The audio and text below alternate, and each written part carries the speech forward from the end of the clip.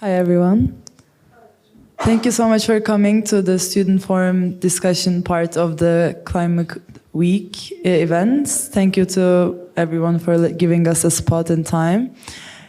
We have two guests, former AA students, Jessica and James, who are kindly here to show us their past student work and to kickstart the discussion that we're going to host today. I'll just hand the mic over to Jessica.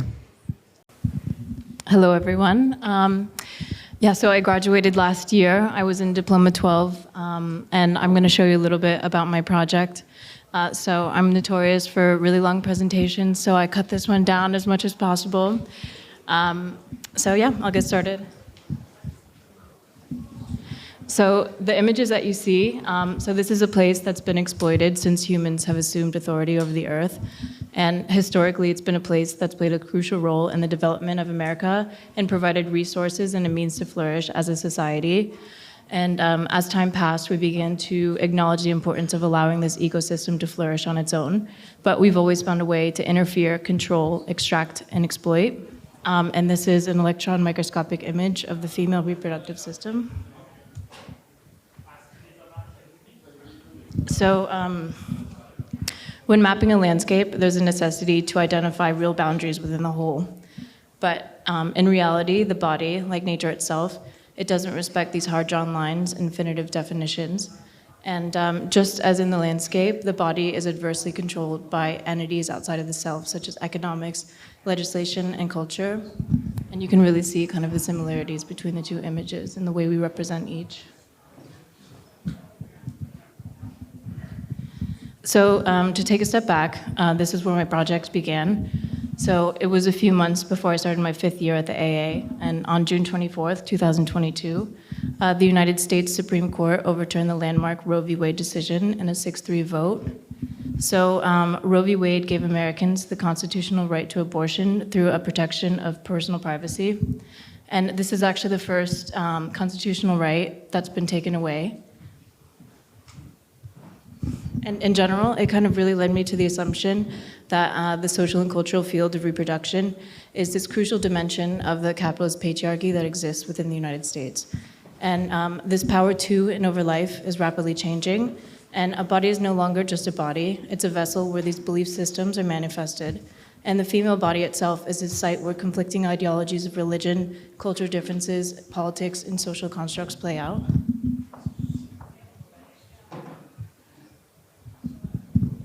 So I found this image when I was doing my research, and it depicts America as this wild and inferior woman. And, you know, she's beckoning Europe, who's personified as man, this symbol of force, science, morality. And he's this hero that dominates the virgin, fertile land to transform this underdeveloped American nature into civilized European cities. And this is a narrative of American colonial development. So hundreds of years later, we still personify the landscape, and not as a woman, but as man. And so this was kind of a question that I asked myself a lot, during the project.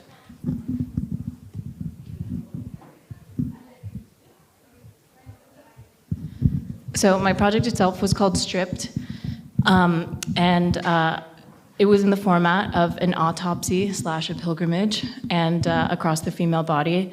And I wanted to create an experience that counters colonial attitudes of claiming the landscape.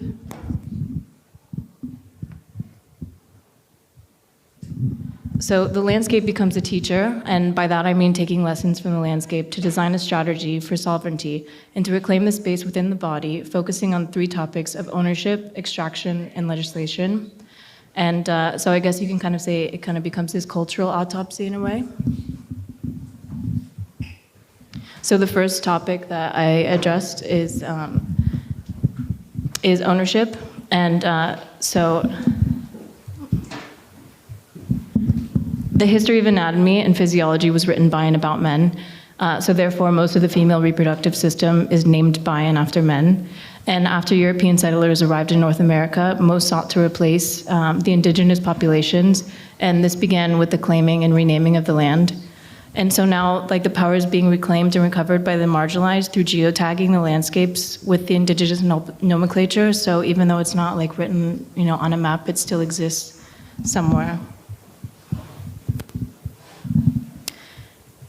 And the colonial act of naming limits these possibilities of longstanding beliefs and oral traditions enriched in the mystical, indigenous, mythological, or personal. And this decolonization of a woman's body lies in the multitude, not the singular. So through self-appointed nomenclatures, we can decolonize our bodies through giving it multiple names, releasing us from the singular patriarchal claim.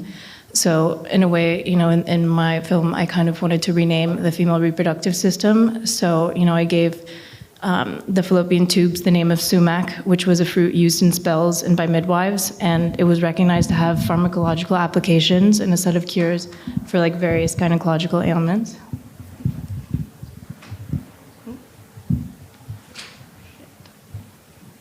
Sorry. And next is legislation. So women are disproportionately affected by changes in the environment due to climate change. And so pollutants compromise this delicate ecosystem of our body's landscapes in the symbiotic relationship with its microscopic inhabitants, so bacteria, yeast, fungi, protozoa, and viruses. And these inhabitants operate independently and are affected by human practices, just as an ecosystem within the landscape. And ecosystems in our landscape that are now gaining legal personhood. So, you know, if we can recognize the rights of nature at the macro scale, why can't we do it at the micro scale? So rights of nature is this growing trend in the US for streams, lakes, and marshes threatened with pollution. And so the use of legal rights can help reorient the law around indigenous relationships and responsibilities to nature. So, you know, in turn, by granting legal personhood to these complex microbial environments, we can grant them the right to exist, flourish, and thrive. And as the human guardians of these ecosystems, we're able to seek legal redress if damaged or destroyed, and working towards dismantling the invisibilization of women's health. And the final topic is extraction.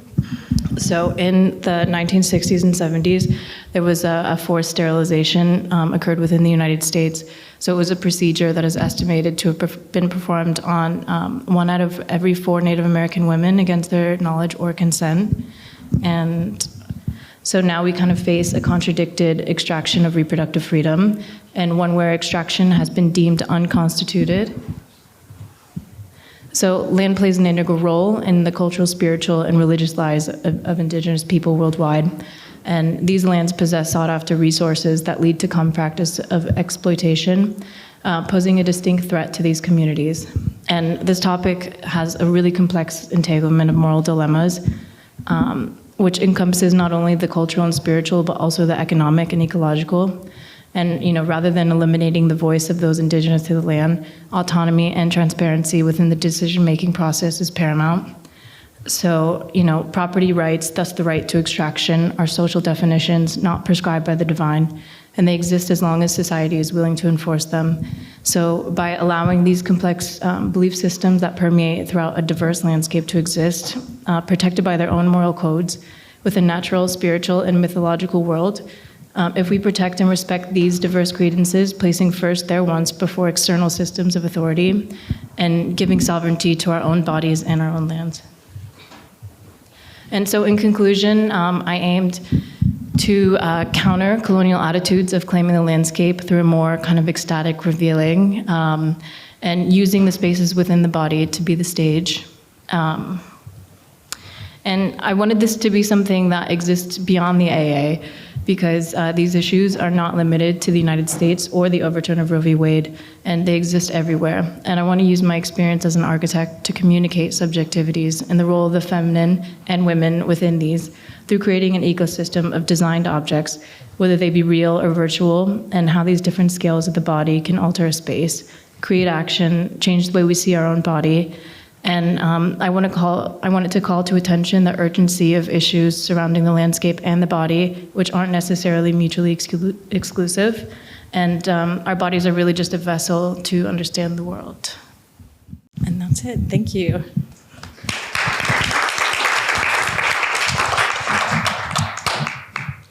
Do we do questions after both, or? Yeah? Okay. Okay, so I graduated 2 years ago from Diploma 12 as well. And I'll play the video in a second, but I just want to say that the video I really made the video because I felt like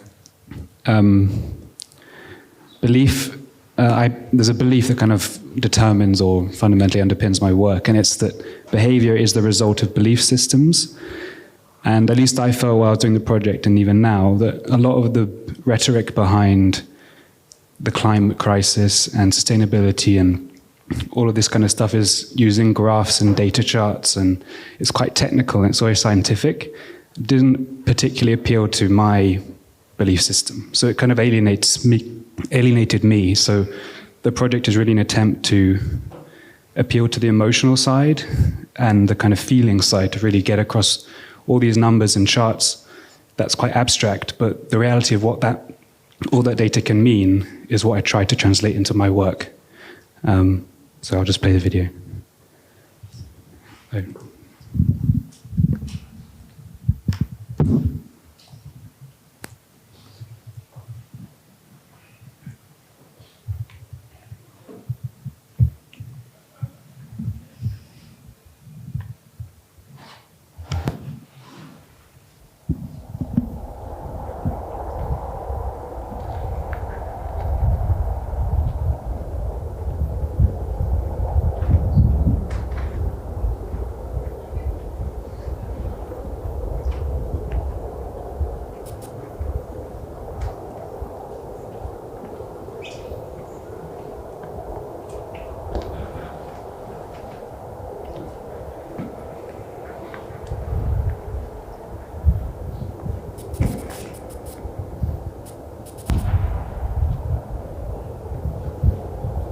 The universe is 13.8 billion years old, unmeasurably big and expanding. Life first emerged on Earth 4.28 billion years ago. Humans have only been in existence for the last 300,000 years. We are yet to discover life anywhere else.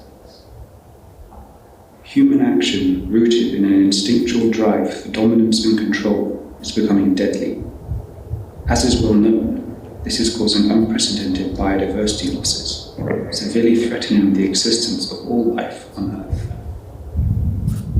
Learning to change our behavior is a difficult challenge, but now our survival vitally depends on it.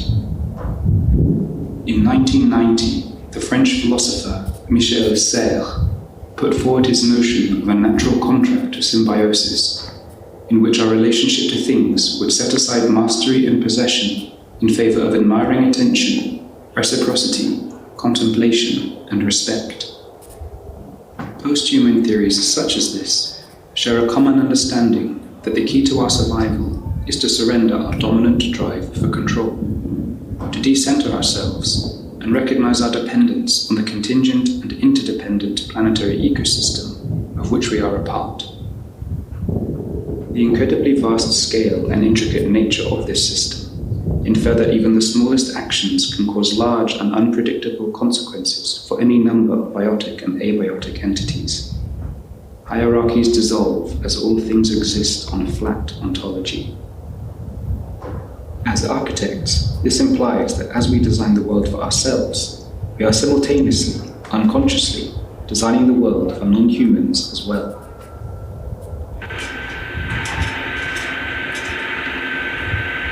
No longer can we afford to design as if we exist in isolation. We need to decenter the human client in favor of wider ecological integration. But given the impossibility of ever knowing exactly how non-humans experience the world, how tenable is it to design for them? How can an architecture work at multiple scales and timespans appropriate for non-human life? And, given the vast interdependencies of the system, which non-humans deserve more attention than any other? The City of London serves as a microcosm of the global ecological and existential crisis, with the lowest biodiversity levels in the UK. This lack of biodiversity, compounded by the relentless spread of the city's infrastructure and rising human population, is increasing flood risk, heat island microclimates, and pollution levels, all of which are at critically dangerous levels for human health. 2,997 brownfield sites, covering 26.42 kilometers squared of land, form some of the last havens for non-human biodiversity. Although these sites may appear vacant to the casual human eye, these sites are teeming with life. The large expanses of bare, heat-retaining concrete provide crucial habitats for at least 15% of the UK's nationally scarce invertebrates, including the streaked bombardier beetle, the distinguished jumping spider, and the brown-banded carder-bee. Since the ecological importance of these sites is not widely understood, they are constantly under threat from fly tipping and heavy housing developments for a city already 18 times more crowded than any other in the UK. Recognizing the urgent value high biodiversity levels hold, this project seeks to safeguard these brownfield sites as ecological reserves by the erection of anti-human wall systems. Comprising three typologies, the wall structures are positioned according to wind load and monitored traffic levels. A perforated wall for animal and plant access, a more protected wall to guard against heavy traffic levels and wind loads, and a building typology for human intervention.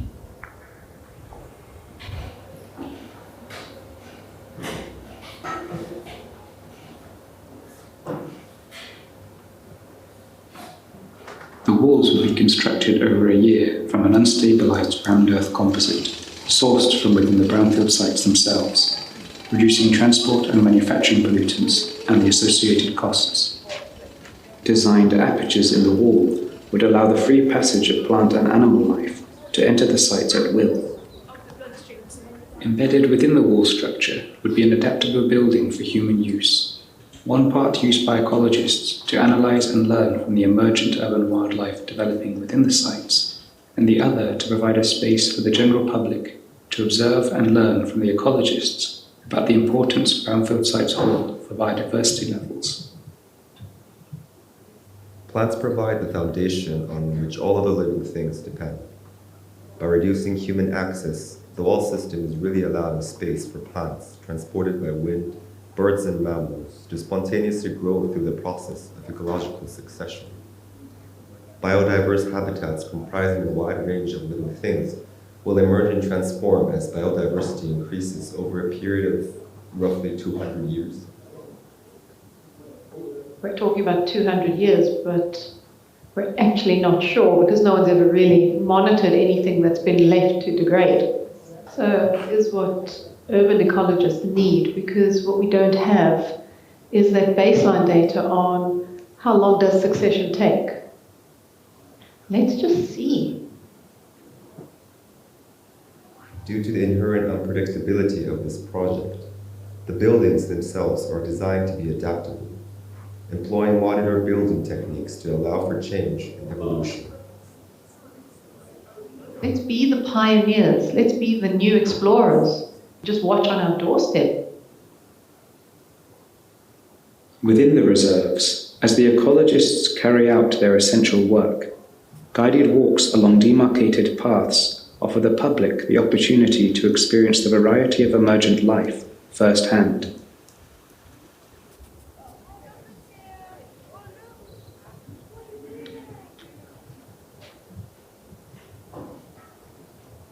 Over the course of the first 50 to 60 years, as ecological succession takes hold, first lichens neutralize the concrete, allowing mosses to settle. These then form surface soils for pioneer ruderal plants to break the ground with their root systems, making way for larger secondary successional plant species, all the while forming more resilient levels of biodiversity. We're not preserving the past. We want the future to take over. Outside the reserves, over a period of 70 to 100 years, natural erosion from wind and rain allow openings in the walls to emerge at specifically choreographed locations, forming gateways for free human access as the sites reach resilient levels of biodiversity. Now that the sites are no longer under restricted access, designed adaptability allows the buildings to freely change program. These might range from provision for local businesses, short-stay accommodation, or gathering spaces for human and non-human life. As time moves on, the agency of the architect dwindles, as the vitality of the ecosystem shifts the site's identities moment to moment. The process of ecological succession becomes the architect. Continuing towards a climax habitat, projected to be reached 200 years from the time of building, the rammed earth wall structures would disintegrate, welcoming ever larger non-humans into the sites, as the soil from the walls re-enters the biogeochemical cycle of which it is integral. As the walls disintegrate, the plant and animal life within the sites gain increased agency to spread to nearby green corridors. As these biodiverse reservoirs develop across London, they form part of a green network, prizing open the space urgently needed for non-human inhabitation.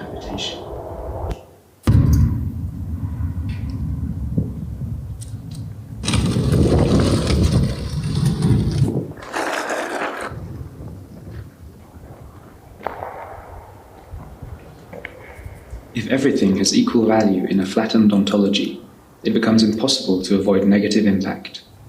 To this end, the project itself is less concerned with finding architectural resolve, believing this to be impossible, and rather proposes the development of a practice positioning the architect as a mediator between the human and non-human worlds. This calls for the architect to embrace uncertainty in partnership with the processes of ecological succession, to think in extended periods of time regarding the succession of the material and social structures we put in place. The architect's agency will always cede to the processes of ecological succession. Isn't it time we embrace that?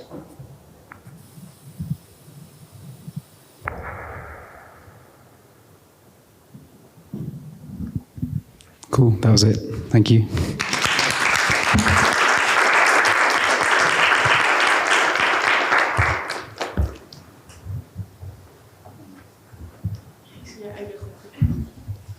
Thank you so much, guys, for presenting. Both projects are amazing, but you already know that, so no need to say.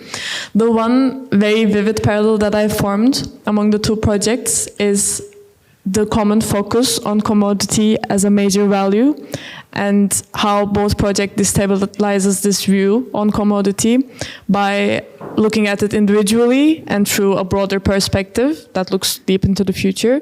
And I think it's the aspect of care that us as architects, we should really, and both projects communicate this so well, in my opinion, how like care should not go through benefits or mutual aid or instant sort of feedback, but an investment, a commentary on investment through our perception of body or looking into these abandoned places. And I think it's great, and I would love to sort of hear your opinion, whether did you also form this sort of connection in between the two projects?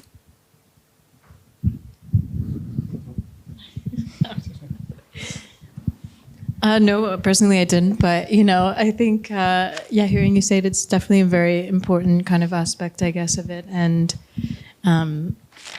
it's interesting to also, when we give these presentations usually too, it's like, or at least for me, I know you've kind of given it on a more bigger scale, but it's like, you hear kind of the same, or not the same, but a similar feedback, in a certain context. So it's really nice kind of also putting in a different perspective that, maybe I didn't make that connection before, but yeah. Yeah, I also didn't make the connection, but that's probably because I haven't seen it until now, and I was thinking about what I'm gonna say, and what that's how it was. But yeah, I thought it was. I think it's the connection with other things other than human that also connects them. It's this not just thinking about what's for us, but also other things. And there's other things involved than just the human. To me, that's what I found as an important connection. Yeah. Perhaps we can open it up for questions, maybe. Yeah. Does anyone have a question to ask to James and Jessica? If you want more time to formulate your questions, I can ask one. But another aspect that I found was quite interesting. First of all, were you in the same unit in the same year? No, so we're different years. Okay, because this concept of a boundary and how you both almost tackled the idea of the boundary and the importance of placing the human body and the human figure in a bigger, broader system of the landscape and the urban context. And you both approach it in a way that you acknowledge its inherent transient quality, and you are approaching it from different perspectives, which I found really quite interesting. Maybe if you want to talk a bit more on that, and especially I feel like today we're a bit more interested also in how you, once you graduated from AA and out into the real world almost, and you kind of see different ways in which in the current profession these ideas are maybe not even talked about at all. Like, if you want to talk a bit about your experiences or what you've seen. Yeah, so I think in general, though, when we talk about environment, it's like a very individualistic thing. Everyone experiences these things their own way, but really, it's like, of course, on like such a bigger picture, and like it's such a complex ecosystem that spans not only beyond our own bodies and beyond like the environment itself, but we have to make these connections or try to break these connections or change these perspectives and kind of remove the self in a way from these kind of conversations to really, I guess, I push these things forward a bit. In general, in practice, yeah, it's interesting. I have a few, people are doing things for sure, especially in I think it's like super trendy now, like in the architectural profession. And, of course, people are doing things, on a real scale and like really making an effort. And I think it's something that it's not even an option anymore, that it's not something that should be trendy or whatever, just like kind of a fab taboo, but like it needs to be completely ingrained in the profession. And I think it's kind of moving more towards that direction. So I guess in the built environment, it's kind of nice to see, but there's still a lot to go, I think. Yeah. I think that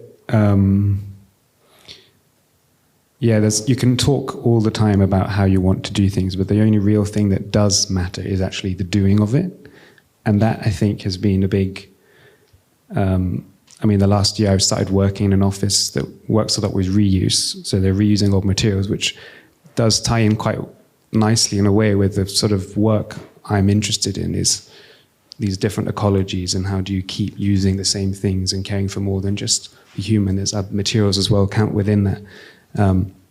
But it's that challenge of convincing people with money to spend it on something which isn't necessarily, it doesn't have an instant kind of economic benefit. So for my project, it focuses on these big, large industrial areas in London and basically arguing for them to be left alone, which if you talk to a developer, they'll just laugh in your face because the money they can make from that with housing is just insane. So it's really trying to figure out how do you take these ideas and these belief systems and weave them into the reality that we exist in. So for me, being in the real world, working where I am, learning about reuse, is trying to figure out exactly that. How can I take my ideas and meet halfway with the world as it is, which is difficult and it's challenging, but it's exciting. So one of the things I'm doing is just started an MS course at the AA, so I've come back to the AA. And it's a way, like with my project, another part of it is architectural representation is often, I feel a lot of the AA, it's all diagrams and, as I was saying, kind of data and all this stuff, which to me, it comes to me and it kind of makes me zone out. I'd lose interest. And so the MS I'm focusing on is model making and filming, because a lot of what I argue for, that's what I think the world needs to focus more on, is these, even like weeds growing in the pavement. The life exists beyond what humans often can acknowledge or take for granted. And doing model making and filming, for instance, is a way to show the kind of forgotten things that no one really focuses on. So, for instance, the course, I could have done it with computers, and it could have been a computerized film I was doing. But often, what I'm talking about, the environmental factors like plants and lichens and mosses, all these kind of things, computer-generated imagery doesn't really give you that kind of visceral feeling of that world that exists in reality. So model making for me is a way, and filming it is a way to show that hidden world that no one's really focusing on, which I think is what is needed, is showing that chaos of the real world, which computers, data, all of this stuff completely ignores. But it's the reality which we have to engage with, and we have to almost embrace it, I think, to go forwards. Yeah. No, I just wanted to say there's this book called Bad Science, which quite is close to what you're saying. I was quite happy that the first statement you made was about how professional representation of information is not as accessible as a simple experiment that you might do. And throughout the week as well, I was reflecting. There were many talks in various levels of terminology being used, and then some of them not quite getting to the people with common knowledge, aka me, who have not studied climate in a specific way. So I guess that's quite fascinating with your work, in my opinion, because you explain quite complex, and I'm sure you studied those data to be able to produce a work as such, and then that's where the magic happens for me. And it's not a question, just an appreciation. Well, I think true it's about taking the data and extracting from it, but then how do you translate that to someone in a way that they can properly understand the real emotional thing of what you're talking about? Yeah. So yeah, I'm glad. Thanks for that's great. Fiction is a great like fiction. The way you guys both used fiction, I think, is an amazing way of communicating that sort of numbers and data and maps sort of into one sort of continuous story that is being told. Okay. I was exactly going to kind of touch upon the same thing, and I wanted to also open up this to ask everyone how their opinion on this. I personally I really appreciated the film aspect and the medium that you chose, not just because of its kind of difference from the rest of certain projects and maybe the majority of the projects that we're used to seeing, but I think the architectural education provides us with this immense kind of power to almost recreate viscerality, as you said, from the information that we extract from data and from all of those research, and to be able to communicate it, which is an essential part that we all almost kind of, once we're out of the AA, we're facing with. We need to communicate. And throughout this week, we've had some very interesting conversations, and we've seen different methods of this notion being in kind of more tackled in the real world. But this is the real world. What you are doing is the real world, and I think it's very I want to see if anyone else wants to add a comment. Mike has something to say. Also, if anyone else wants to talk about their project, share some other experiences, feel free. Okay, I think your film was amazingly scientific. So one of the issues about being at the AA is that the view of science in the school is somewhere around 1950. And actually, the expression of data and for both of you, bringing it to statements which you can stand behind for the future is an important one. And you work with whatever media you like. And so just a small appeal for data. Don't confuse data visualization with data. The second comment, and then I will make a question. Second comment is from an old person's perspective. You find your ideas and the liking, the wish for a certain path in your life in architecture at school. And the challenge is not so much the people that are going to hold you back or the difficulty, but the challenge is for you is how you develop it over the years to come. And we absolutely believe in you, in what you're saying, and inshallah I live long enough to see you bringing that to some kind of fruition for both of you. I think the bigger question, and it would be good to kind of open that up, is the journey. Well, one more last comment before I ask the question, sorry. And it's really in response to Celine. Anyone who's discussing the difference between being in school and reality is just engaging in philosophy. Your projects and your dreams and aspirations are as real as anything. Mm. And I think it's really important in this kind of emergency, in this, the way architecture needs to rethink its presence, that we open it to all paths and all ways of expressing that. So I want to encourage you from that. So the bigger question, I think, goes back to the initial formulation many, many weeks ago when we were talking about, or you were talking about the difference between social justice, was it? Do you want to say that?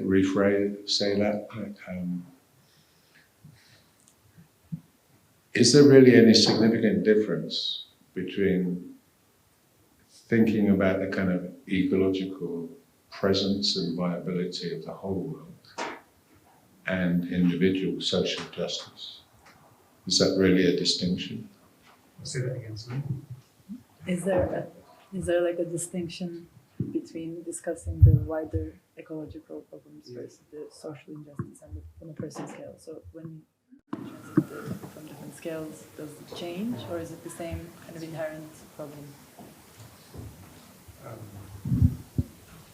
Well, I think it's I think it is the same. It's just different levels, really. Do you want to say? Yeah, no, I totally agree. I think it's the same, but it's just kind of manifests in a bit differently. But I guess that's also kind of a point that I try to make in my project, that no matter the scale, even at the microscopic scale, there's still all these issues that we need to tackle that exist in the real world, and maybe taking some of these lessons of how we try to solve these issues at different scales and applying them to these different levels, like. Could that be possibly a way to also, kind of, address these problems? Yeah. And then when you introduced spirituality to the whole discussion, that was, I think, correct me please if I'm wrong, like, of my understanding, that was quite fundamental in how one decenters itself from the whole discussion, because everyone has a body, but you saw the body as a vessel, and then which brings us to maybe quite close to what you were saying of sort of pulling yourself out and viewing things on a grand, like a larger scale, and rather than sort of like abolishing hierarchies and then connect. And that was also very important, I think, for everyone to understand what you were referring to there. Yeah, if you'd like to expand more on that. So mainly, kind of in the scale of the body, you have your own kind of spiritual beliefs, and so do, indigenous people in the way that they treat the land. And I think these different mentalities also are completely not addressed a lot of times. And I think it's a really important part, because a lot of times these kind of spiritual connections also are, really a beneficial thing also. And I just think it's one way to also, and it's not something that's talked about, maybe a lot in politics and, climate justice and things like that. And it should really be something that is included, and also just a way for people to have the space to be able to express, their own beliefs and kind of, yeah. I hope that answers the question. Any questions from?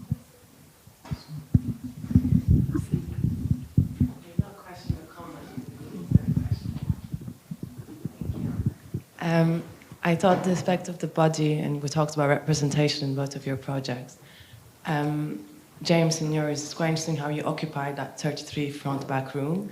And it's almost about your project talks about, in a sense, rewilding and letting go, but you're also doing the same in that little room. And seeing you in that room, and then Jessica in your projects, just seeing the aspect of the body in those landscapes really helps somehow to transport into those.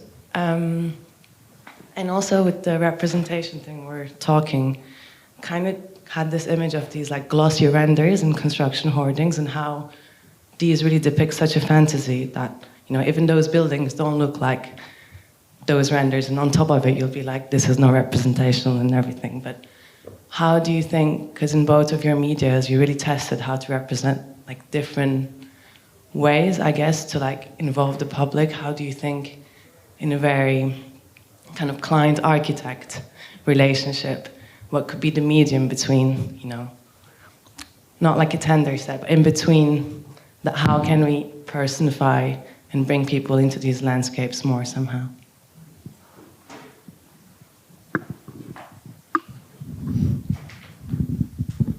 Should I? So actually my project, these were just, I probably should have clarified a bit also, but they were just like some screenshots from a video that I made. So it was also like kind of in combination with like a walk through Epping Forest, so real shot footage and things like that.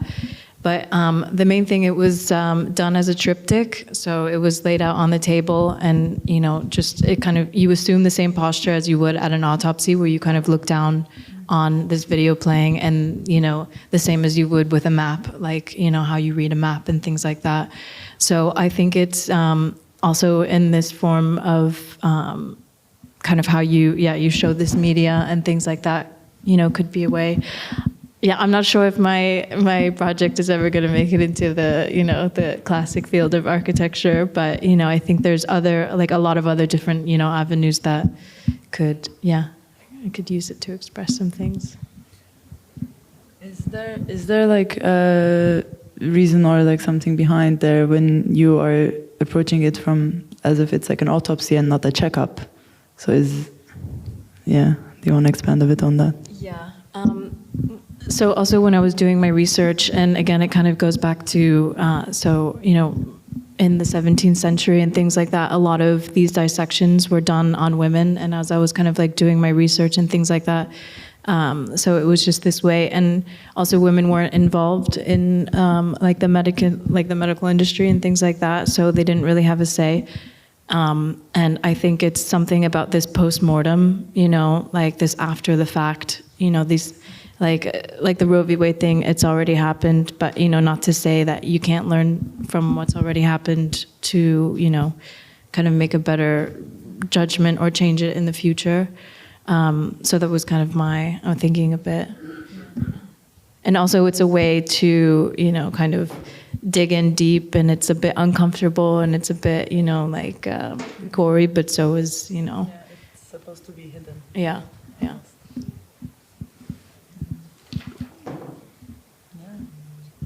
Question from the audience. Both projects were really cool. First of all, I don't study architecture, but I'm here to visit a friend and listen. But I worked in the field of real estate investment in London specifically for a year, and I saw how much these properties, as you said, are viewed as commodities, which was kind of scary to see. Also, how people who don't really care about any kind of ecological input into the city. But one thing that was coming up in like the reports that we were kind of going through was life sciences buildings, kind of like the one that you constructed on the side of this area. So I was wondering, how important do you think it is to, even though we're trying to move away from this capitalism world, how worth do you think it is to kind of commodify these spaces, to make them, make the person investing in it make money from? Because you made the space adaptable into like short-term stays, and it's kind of a space that can create an income. So do you think it's worth putting that into the planning process as well? Because, I mean, yeah, we want to move away from just buildings and making money from them, but you kind of also need to convince the people who are going to invest in these expensive and becoming more expensive lands into making it kind of, I don't want to say worthwhile because that's not like what the idea is, but that's kind of how most people function, which is scary to see. Real life implications. Yeah, I feel like the main arguments to make are probably to do with why do people want to stay in a city? What draws them to the city? And working with those mechanisms. A lot of people like to live near parks. They really appreciate the benefit that gives them. And there's like a lot of studies which in a way prove some kind of economic benefit, that maybe they go to the doctor less, or they don't have to pay for surgeries. These kind of studies, they do exist. I'm not really sure how much I believe in them, but I think the easiest way to argue for it is looking at, do people like living in overcrowded cities? I don't know, but probably not. Do they like living near parks? Probably yes. These kind of incentives might help change things. And then if there is, as my project had, these things on the side that also provide some kind of potentially economic benefit, that's probably only a plus, but I don't think that's going to be the main driver. But I do really think it's a belief thing that needs to change. It's a kind of, it's like, I mean, global warming and the challenges that we're facing, like flooding in the UK, for instance, the severity of it is just probably going to get worse. And I think that will probably be the biggest driver for change, is the very visceral day-to-day, oh shit, I can't go to the shop because it's flooded. Like, it's literally going to probably be those big issues, I think, that will cause change. But work like what I'm produced here and what I hope to produce in the future, I hope to, it's almost like a kind of, maybe in a way like a preparation or a kind of way of thinking that can allow us to appreciate those scenarios coming and see them as a good thing rather than as a tragic thing, maybe. I don't know, still thinking about it, but I think it's, yeah, I don't know. I was just thinking about, in my very brief experience of working, I sort of observed that sustainability within London buildings is mainly a matter of compliancy or not, if you're working in a bigger practice. What I mean by compliancy is that 100, 200 pages of report, and then it's presented by the sustainability consultants, and this is me speaking fresh out of school. So, and the matters I discussed so thoroughly and so spiritually, in a way, actually, that it was all just a matter of ticking and not ticking. But in the longer run, you realize that no one actually knows what they're ticking and not ticking. And then the sustainability consultant says, okay, you ticked 50 out of 60, so you get a silver. Great. So perhaps the application of the matters is what's preventing the step forward to the change in belief, maybe. But that's quite, I'm 40 years, so it's still quite a romantic view on things, really, yeah.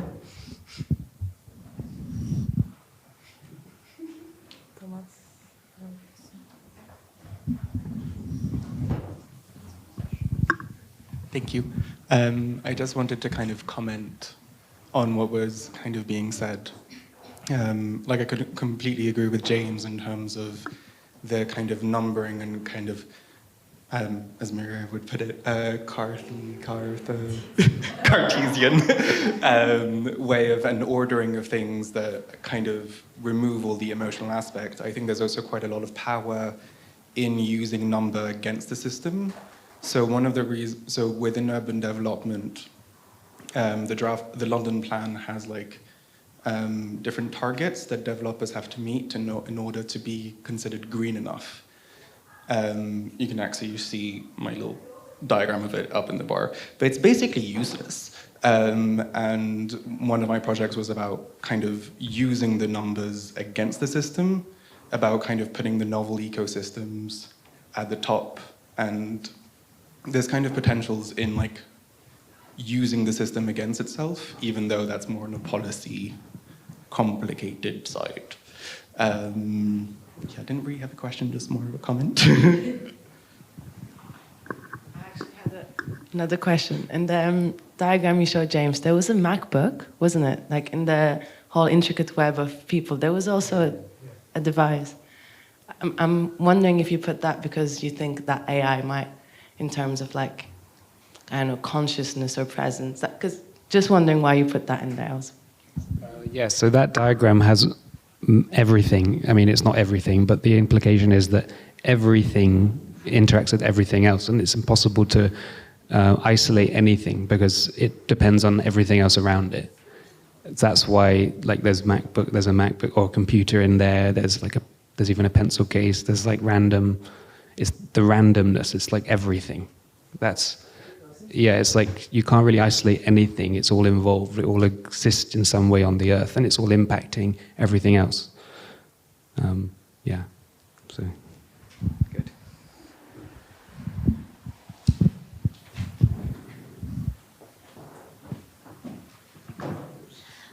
Maybe to just pick up on that question and like your response, I think one of the things that, I mean, we in the unit, but also in general, I think architects are uniquely positioned to do is to kind of connect things that maybe not everyone sees as connected in our role as kind of being able to communicate complexity and maybe get past the diagrams and graphs and like make people connect emotionally to topics. So I think in both your projects, like Jessica, you taking reproductive rights and connecting it to the rights of like landscapes as a way to kind of draw parallels between the woman's body and the landscape. And James, what you just said about how everything is kind of connected in this ecosystem, but how do we start to decenter the human? I guess like I was wondering like how through doing this project you located your agency and how now in the world of practice you are continuing to do that. Like it kind of picks up, like, a question that was asked earlier about how you're making this real, but I guess it's something I guess all of us struggle with, but trying to figure out where we sit in this complex, connected world.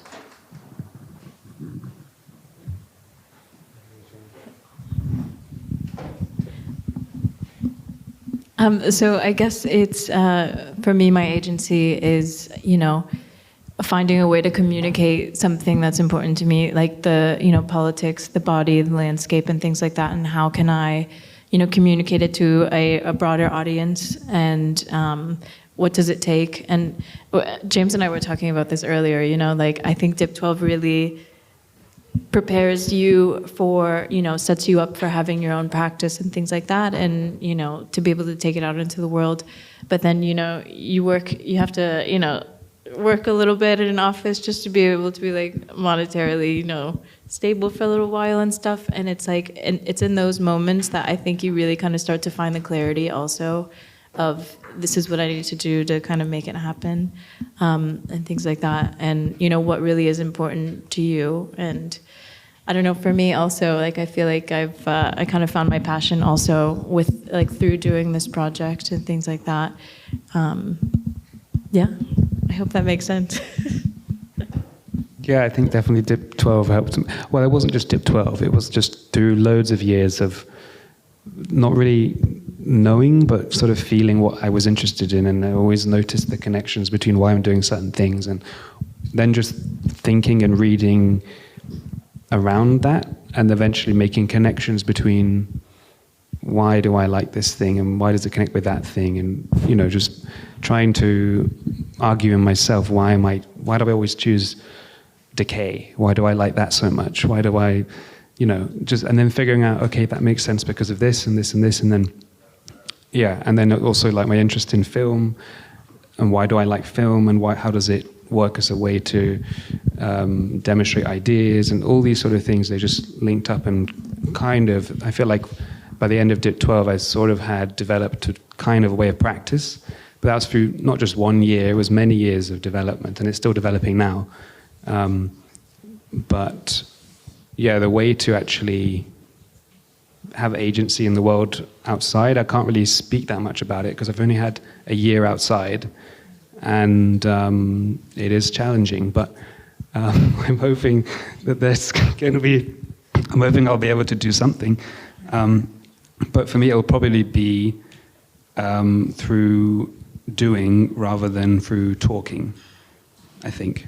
That's the one thing I've learned about my presentation. I think the power of it is through the actual having done it and filming it some way. It sort of gives you that visceral sense of something happening rather than me standing and talking for hours. It's literally experiencing a feeling or a space that I feel is stronger. So that's what I'll be doing. I'll be creating environments. Yeah, whether that's in an artistic sense or an architectural sense or in a film sense, I'll be creating a world according to my belief system. Yeah.